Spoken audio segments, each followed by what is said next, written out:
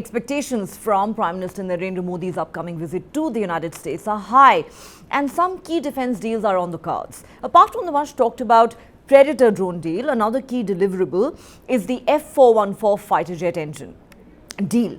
The US administration has completed the executive approvals for the joint manufacture of F-414 jet engines in India, and the process of notifying the US Congress about the impending MOU to be signed between General Electric and Hindustan Aeronautics Limited is now underway. So why is this deal so important? There are many firsts involved. This is the first time that the US will share what it terms a crown jewel in its defense capabilities with a non-ally. It is the first time that there will be co-production of jet engines with a country that the US does not have a treaty with.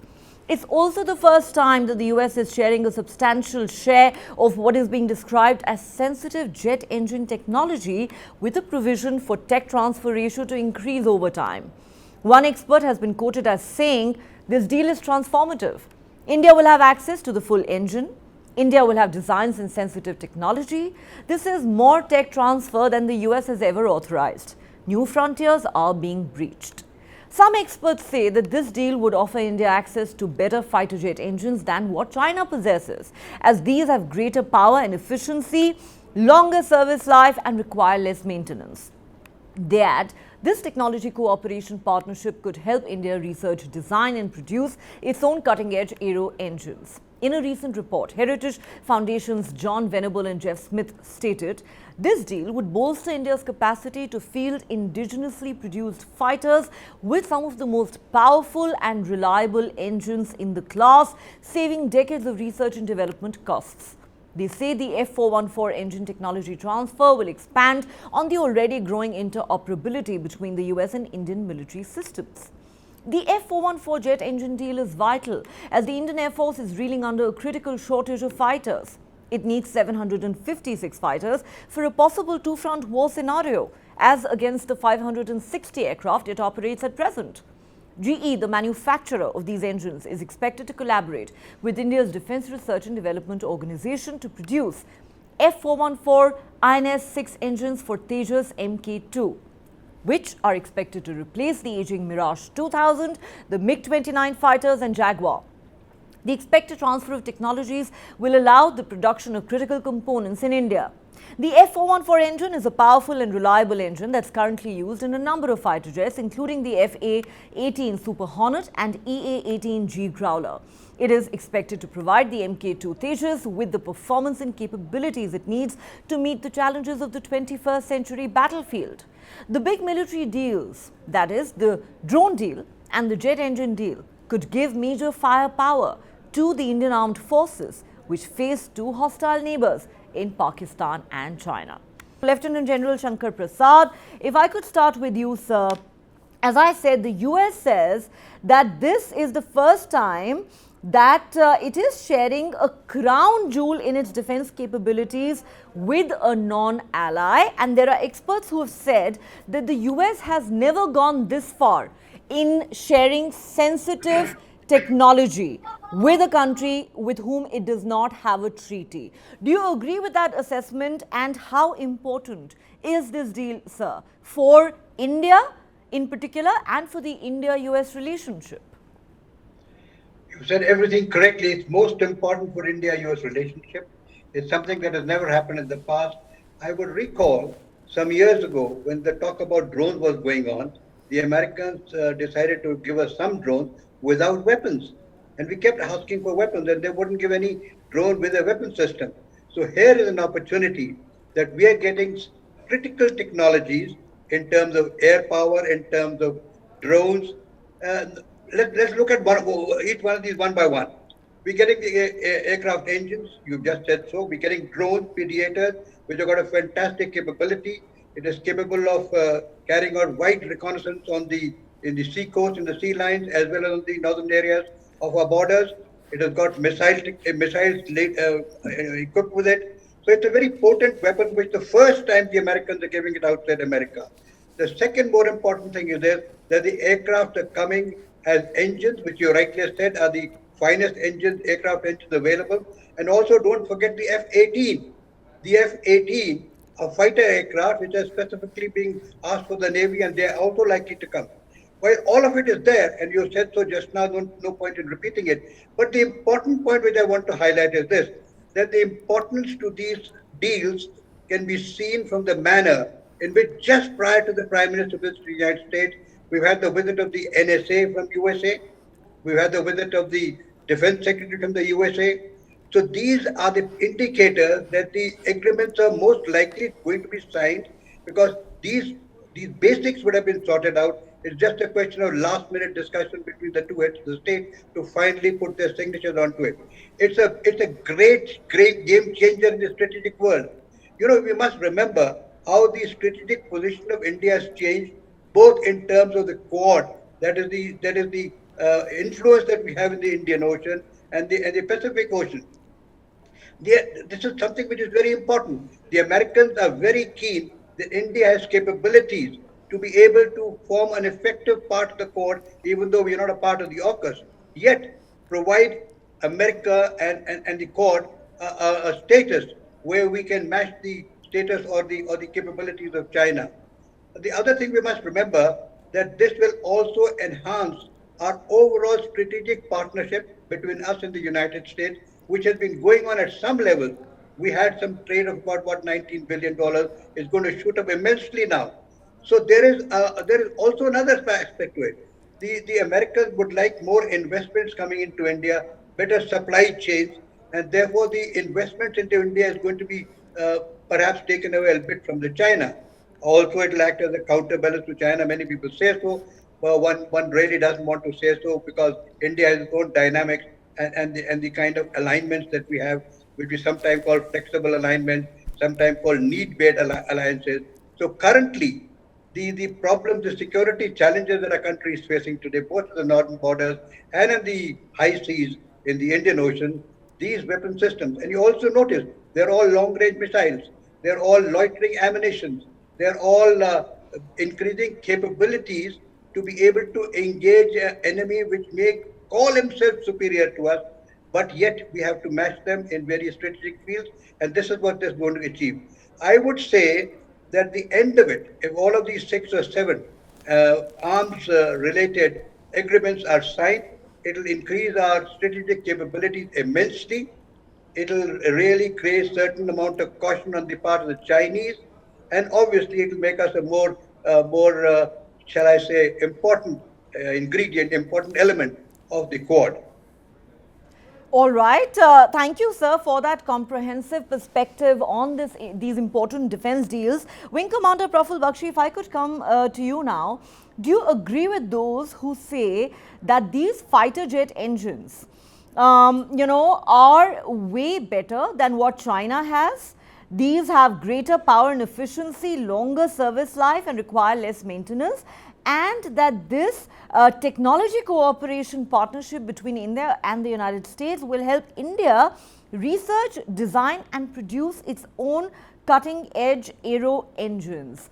Would you agree with Lieutenant General Shankar Prasad when he says that these defense deals are going to be game changers for India's armed forces?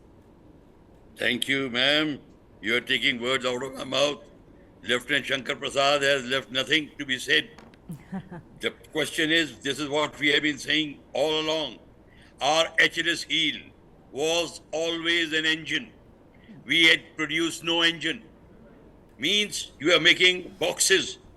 We are empty boxes and nothing else. If you make a ship without an engine, it has no value. You make a tank without an engine, no value. Fighter aircraft now we come to without engine have no value. We made one aircraft called HF-24. I flew it for 7 years, and I'm telling you, ma'am, it could cross 2.6 Mach. That aircraft was designed for. No aircraft still does that, but yet it had no engine, and we were high and dry, left high and dry. And that is why, when we were not self-sufficient in defense, our foreign policy was weak. Russia twisted our arms and made us ground those 3 squadrons of HF-24, forced us to buy MiG-23. This is what happens if you are not self-sufficient in defense. You have to play the game what others call the shot.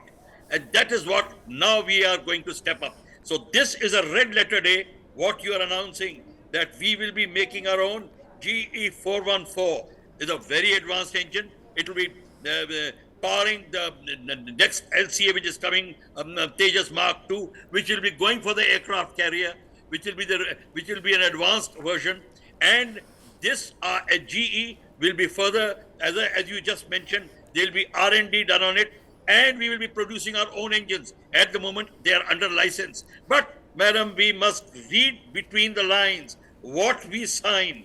There should be no such embargo placed on us that you will make the engine but not supply to that country and that country and that country. Once we start making our engines, we will have to depend free. We should be free to earn our own foreign exchange by exporting them, and that is why we are making that engines. And then when we come to engines, we'll have further R&D, and then when our F-18 aircraft now coming for the Navy. F-18 actually had lost the race to Rafale earlier, but now that F-18 is coming, very good. F-18 is a fine aircraft. They must also be co-produced and further R&D to be done on that, so that now when we are self-sufficient in engines, even the F-18 aircraft will be very good for us. And I am very happy with that. And of course, the M777, the Howitzers which are coming up, they will be, probably we'll be doing further work on that. We will be producing that also. And the other vehicles which we are going to do the armored fighting vehicle which we are getting for, that's very good. We are getting all these things. We are signing. I'm very happy. But what I'm just trying to tell you, madam, we must make sure that our export remain open, and there should be no embargo on it.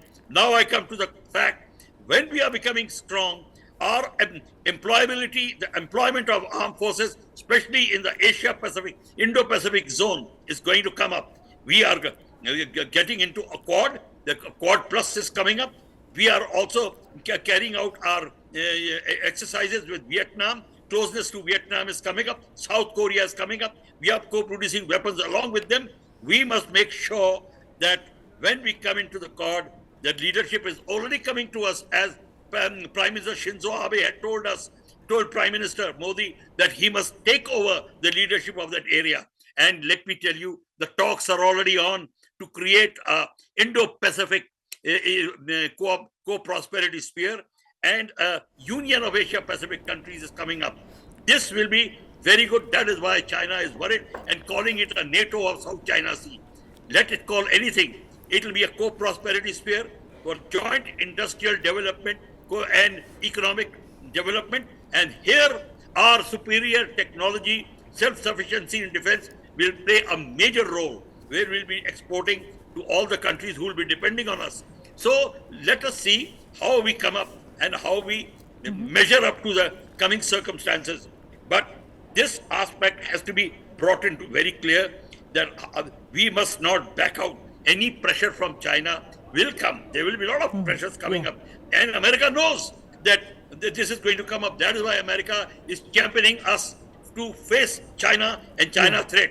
And now we must not forget that the small countries around us, Nepal, Bhutan, Sri Lanka, all, we must gain their confidence, bring them close, so that when we are thinking further about the Asia-Pacific Union aspect, then these countries play with us. And China has done a marvelous job, let me tell you, favoring itself by OBOR and BRI projects which are coming up. We must start thinking in terms of co-prosperity, joining up with our other countries and creating these zones ourselves, railway lines, transport systems, road extending up to Indonesia. Okay. So we should counter China's BRI with our own version, is what you're saying. That would have to be a very, very ambitious project. And it's interesting you say that China seems to be already worried. You know, there are some US officials who've been anonymously quoted as saying that India is the only country that's actually fighting China. It cannot hold down the fort all by itself. It should be supported. Gentlemen, for a moment, I want to shift our focus to the very critical issue of transfer of technology, which has been a prickly issue. thus far in the India-US relationship. Lieutenant General Shankar Prasad, let me start with you. Sir, India had for a long time pursued the dream of building its own indigenous aero engine, but we know how the experience with the Kaveri engine went. It never quite made the cut. And even our first indigenous fighter Tejas had to be fitted with a GE F404 engine because there was no transfer of technology. Now we are saying this deal is going to be a game changer because there is going to be transfer of technology involved. Correct me if I'm wrong, sir, but at the moment we are given to understand that the engine will be manufactured in India. If you could have Lieutenant General Shankar Prasad up on the screen, please. That the engine will be manufactured in India with around 80% of value and technology being transferred to Hindustan Aeronautics Limited. For the remaining 20%, it seems the United States is keeping its options open. But Hindustan Aeronautics Limited officials are saying that India is actually insisting on total transfer of energy. That is the only way this is going to work in the long run. Are you hopeful, sir, that that will become a reality over time, if not immediately? It's difficult to say that I can support this idea of actually expecting 100% as we desire. As the Air Commodore said, it is very difficult. We are talking about an Atmanirbhar Bharat. We are talking about complete technology transfer. These are very high-end technologies. Every country that possesses these technologies is going to keep something up their sleeves and not share with us. So it will be expecting too much at the moment. Right now, the important thing is this. So we have to build capabilities. These capability building was at the background for many years. We did nothing very important to really increase our strategic firepower or strategic strengths. If you do not want to have a war, now you've seen what Russia and Ukraine war is resulting in, the kind of human loss, the kind of immense tragedy that the world is witnessing. Nobody wants to go to war, but the only way you can prevent going to war is to be able to have sufficient deterrence. And with these weapon systems, Predators, own fighter aircraft, loitering ammunition, and the varieties of things that we have talked about, unless we have these capabilities, the enemy will always think about waging a war on us. And we will all the time be on a defensive, or even if we go on some offensive, it's a very, very expensive exercise. Therefore, I look at the whole thing at the moment that let us get what we are getting. Let us not absolutely expect that the ultimate will be given. They'll allow you to manufacture everything over here and will be allowing you to sell it to other countries. Incidentally, not from today, but from many decades, even the Russian equipment that was being sent to us was with a rider that you will not transfer this technology, you will not share this high-end equipment with any other country in the world till you've taken permission from us. So every country that gives you weapons and equipment, any high technology, will always make you sign a paper to say there is a legal document to say that you will not fiddle with this, you will not do reverse engineering, you will not share this technology with anybody in the world till you got a written permission from us. So at the moment, to accept or to expect that such a thing is going to happen, I think it's a bit far-fetched. But what is important? That somebody is now willing to share. And why is it so? So, Because can we I have been just come able in to for a establish moment, this sir? strategic. I'm sorry to interrupt Sorry. you, but you said something important. You're saying, to expect absolutely no conditions whatsoever is too far-fetched. Wing Commander Praful Bakshi says it's absolutely essential that no embargo is placed on our exports. We should have the complete liberty to decide who we want to export to. You are saying that's not going to happen. Let's be realistic.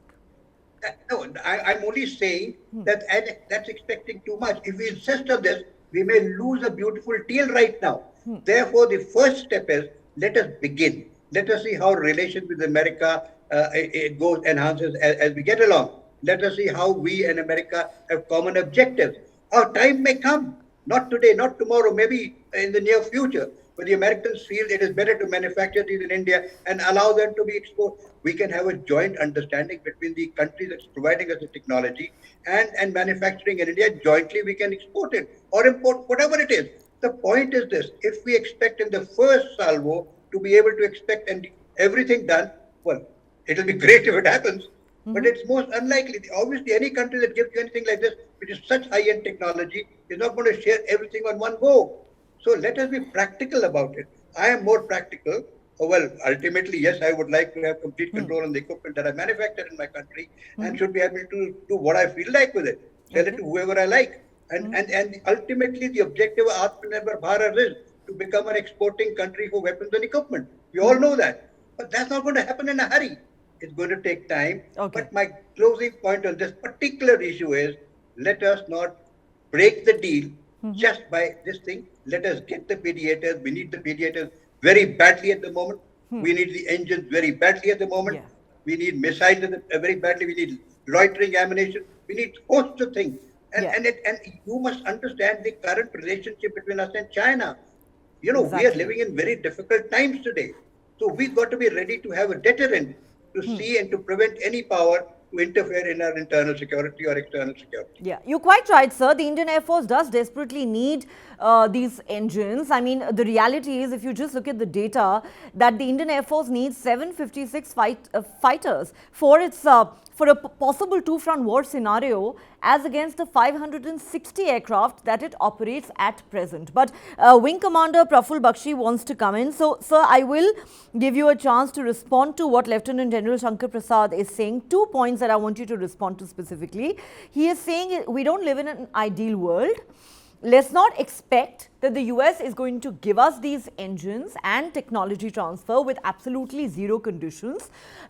So let's not think that they're going to be absolutely no embargo on our exports. Number two, any country which has made this kind of investment in such cutting edge technology will not want to share 100% of that technology with another country. Let's at least make a beginning.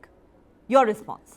Yeah. Madam, I'm not saying at all that we should become so adamant that says sign here or we walk out. No, no, no, no. I'm not saying that. I am saying within the precincts of diplomacy, we must know, but we must first spell out. Our problem is with our doctrines. We had never spelled out our requirement ever. The question is, we were even never wanting to make our own engines. That is the problem. We were always pulling our punches. Let us open up. Let us tell them we want this. Let us negotiate. Yes, there will be give and take. There will be no doubt about it. China will do, America will do give and take with us. We will do give and take. Within the precincts of diplomacy, we must work out. But we must first firmly spell out what is the requirement. That is what we should do. Let me tell you, madam, before we talk about this, I must congratulate the government that there is so much of change in the thinking of armed forces, especially in the defense, not in the mind of armed forces officers, in the mind of the defense planners and the MOD, and Prime Minister's office, where the thinking has changed. That is what is allowing us all this. So I am not saying that General Shankar Prasad is wrong. No, he is right. I'm not saying that we must become so adamant that we should walk out of the conference hall. No, nothing like that. But we must spell out our requirement and be firm about it. And let us see what can be done the best. At one time, let me tell you, madam, under the pressures of foreigners, our people, when I was in South Block, used to call LCA Tejas a hoax. Arunachalam was called a hoax. That is what is it. We used to do it, but because we had no other choice but to play the game. That should not happen.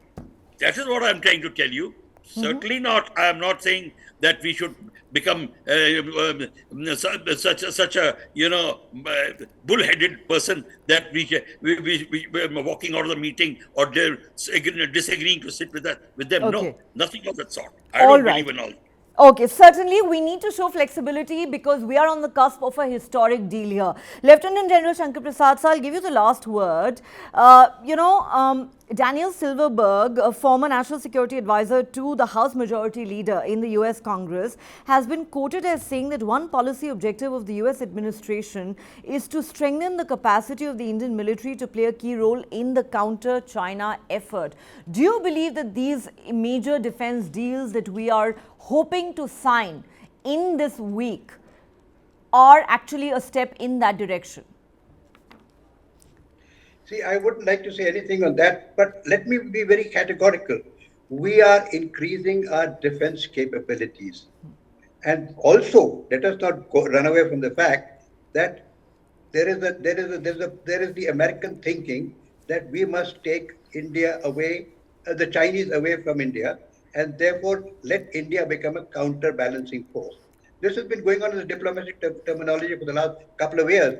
That India is being pushed up in the strategic, geostrategic environment to counter the Chinese threat. Yeah, it is of course so obvious. But the point is this.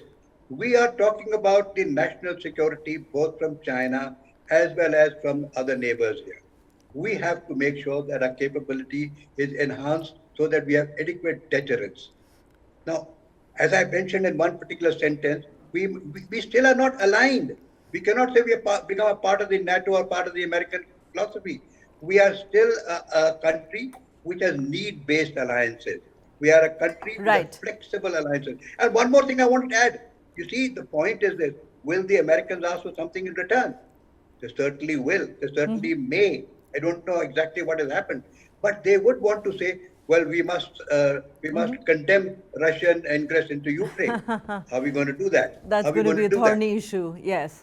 So therefore, Interesting. and today India is respected by the world leaders on only one principle, ma'am, and Yes. that principle is this: India is having its own foreign policy. Independent foreign India policy, is which we have demonstrated effectively, especially in the context of the Russia-Ukraine war absolutely, on multiple absolutely. occasions. Absolutely. I'm completely out of time, gentlemen, but Lieutenant General Shankar Prasad and Wing Commander Praful Bakshi, it's been a pleasure talking to you. Thank you so much to both of you for your time and perspective on this critical issue. Well, with that, it's a wrap on the show. Thank you to the viewers for watching. And remember, Prime Minister Narendra Modi's upcoming visit to the United States is a story we'll continue to track very closely here on News 9 Live. Keep watching.